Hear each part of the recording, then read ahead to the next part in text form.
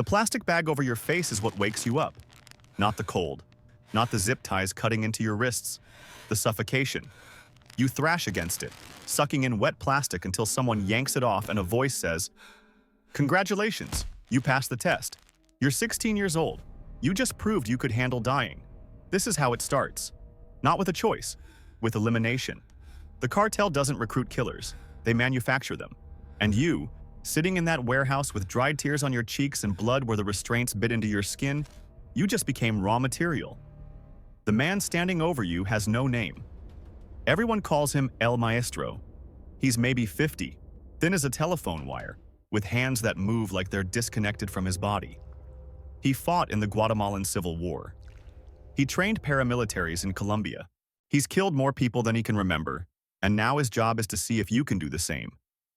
The first week is physical, running until your lungs feel like they're filling with broken glass, carrying sandbags until your shoulders go numb. No food for 3 days straight, then a single tortilla while you watch others eat. They're breaking your body's relationship with comfort, making pain familiar, making hunger irrelevant. Week 2 introduces the tools. Not guns. Not yet. Knives first. A 7-inch crowbar. A folding navaja. A machete with a worn wooden handle that's been gripped by 100 hands before yours.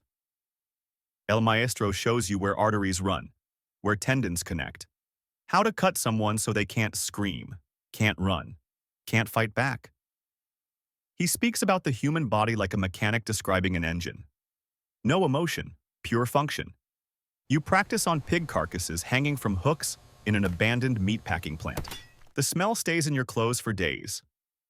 Your mother would ask where you've been, if you still had a mother who asked questions. Then comes the psychology. They show you videos, real ones. Men being questioned, men being executed. The first time you vomit, the 5th time you don't.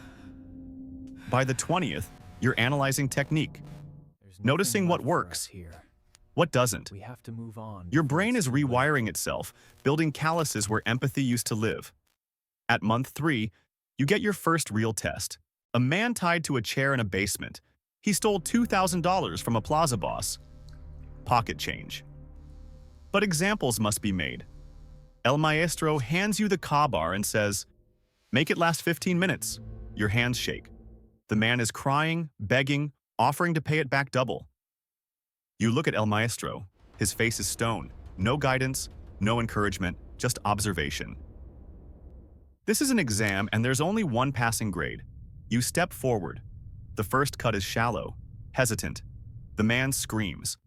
And something in your chest shifts. Not pleasure. Not yet. But the removal of something.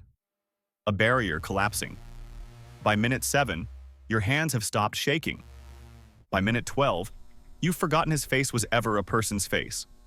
It's just meat now. Geography. A problem you're solving? When it's over, El Maestro nods. One word. Adequate. You're 17 when you make your first kill that counts. A rival sicario who crossed into your cartel's territory and shot a plaza boss's nephew. They find him at a taco stand at 11 p.m., eating carnitas like he owns the city. Nobody warned him. Or maybe they did, and he didn't listen. Arrogance kills more people than bullets in this business. You walk up with a 380 burst of thunder in your waistband. 3 shots to the chest, 1 to the head. The taco vendor doesn't even look up. He's seen this before. He'll see it again. He keeps spooning meat onto tortillas like you're just another customer who paid and left. Your hands tremble afterward. But not from guilt, from adrenaline. From the realization that taking a life is surprisingly simple. All those years of movies and stories making it seem monumental. And really, it's just physics.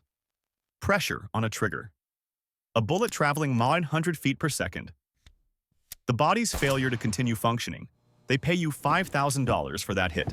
More money than your father made in 6 months at the auto shop before he disappeared. You send $2,000 to your mother. You tell her you got a construction job up north. She doesn't ask questions. Mothers in Sinaloa learn not to ask questions.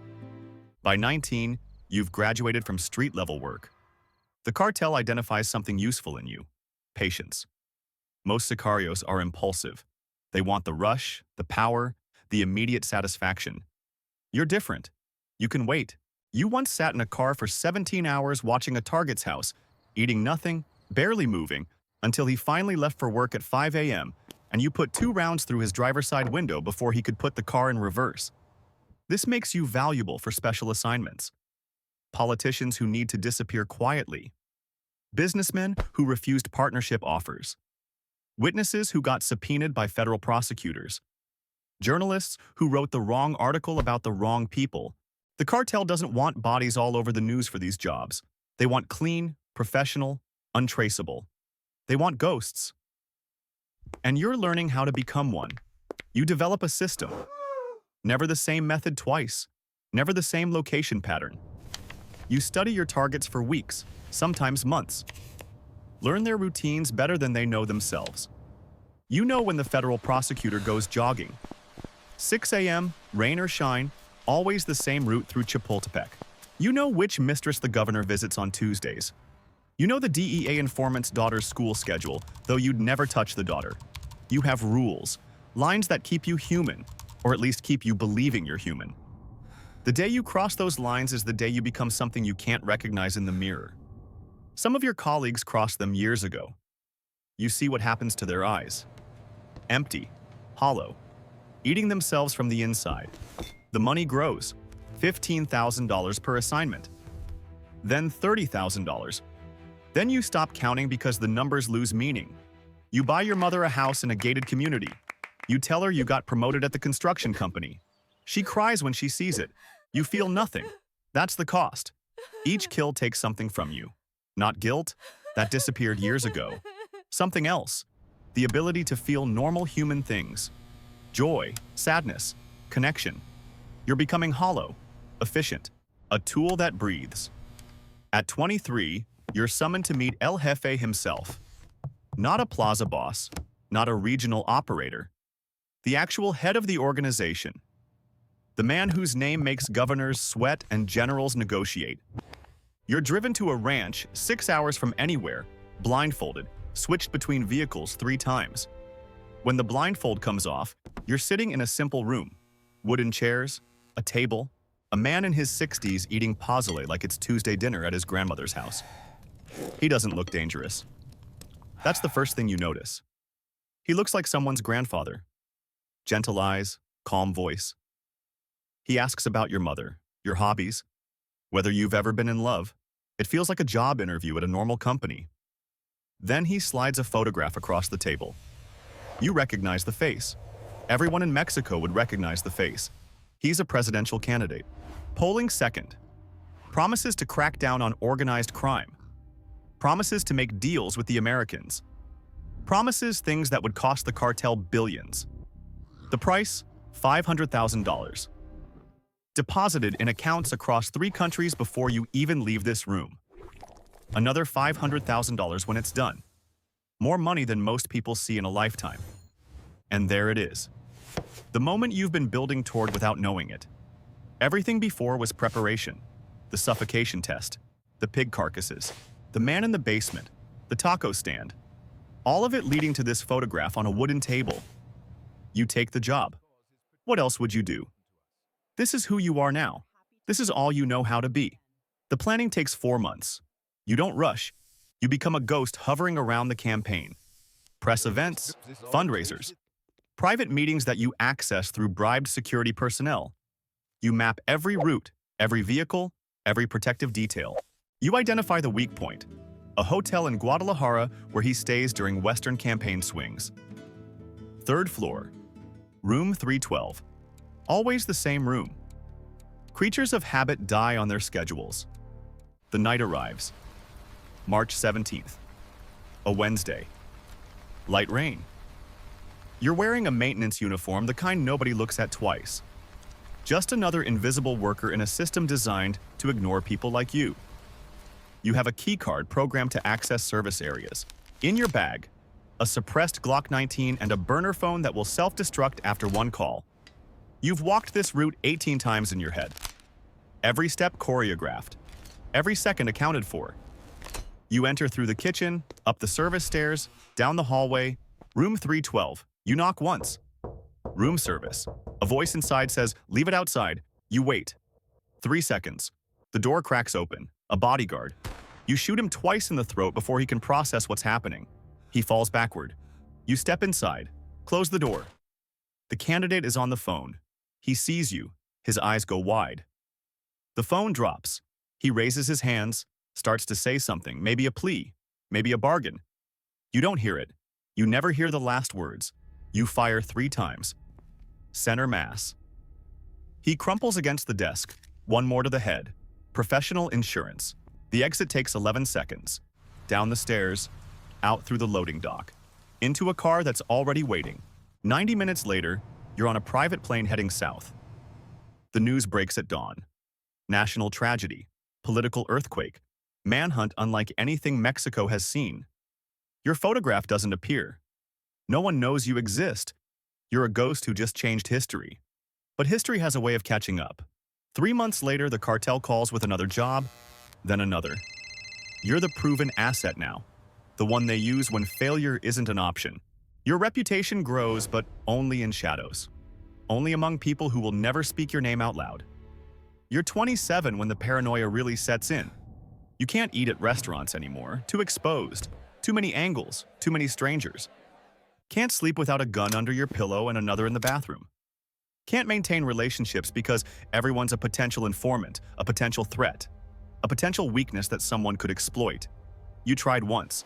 A woman in Mazatlan, beautiful, kind, asked too few questions, which should have been the first warning. You left in the middle of the night after 3 months together, changed your phone number, moved cities. She probably thinks you died. Maybe that's better for her. Your mother thinks you're successful and lonely. She's half right. You start seeing the faces. Not guilt. Something worse.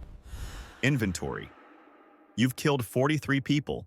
You can describe each one. The sound they made. The way they fell. Where you were standing. It's not remorse. It's data. But it plays on loop when you close your eyes. The end doesn't come with sirens. It comes with a whisper. A new cartel boss takes over after the old one's arrest. New leadership means new calculations. And someone calculates that you know too much, that your retirement would be a security risk, that the ghost needs to become an actual ghost. You get the warning from an unlikely source, El Maestro. He finds you at a gas station in the middle of nowhere. He's 70 now, retired. He shouldn't be anywhere near this life anymore. He hands you an envelope. Inside, $50,000 cash and a name. The name of the Sicario they've sent after you.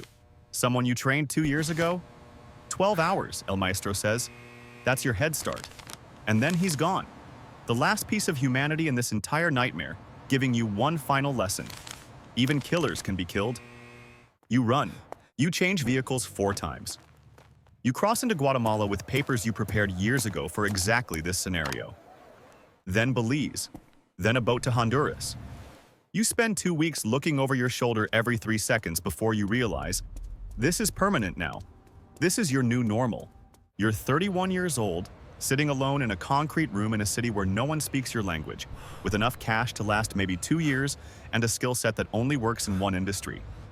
The thing about being the cartel's deadliest hitman is this. There's no retirement plan. There's no pension. There's no walking away into a sunset with lessons learned and wisdom gained. No redemption arc. No last-minute salvation. There's only the next moment, and the one after that. And the constant question, is today the day someone finds you? You stare at the ceiling in that concrete room. 43 faces stare back. Not accusing, just present. Permanent tenants in the space behind your eyes. You made them what they are now. Memory, history, ghost. And someday, probably sooner than you'd like, someone's going to make you the same thing. A problem to be solved. A loose end to be cut. Another name on another young man's list. You wonder if he's already watching, if he passed you on the street yesterday, if he's counting your steps, learning your patterns, waiting for the moment you forget to check behind you. You taught him well. That's the joke, isn't it? If you made it this far, leave your thoughts in the comments, good or bad. It truly helps the channel grow. Hit like, subscribe for more content like this one, and take a look at the video on your screen that I think you'll really enjoy.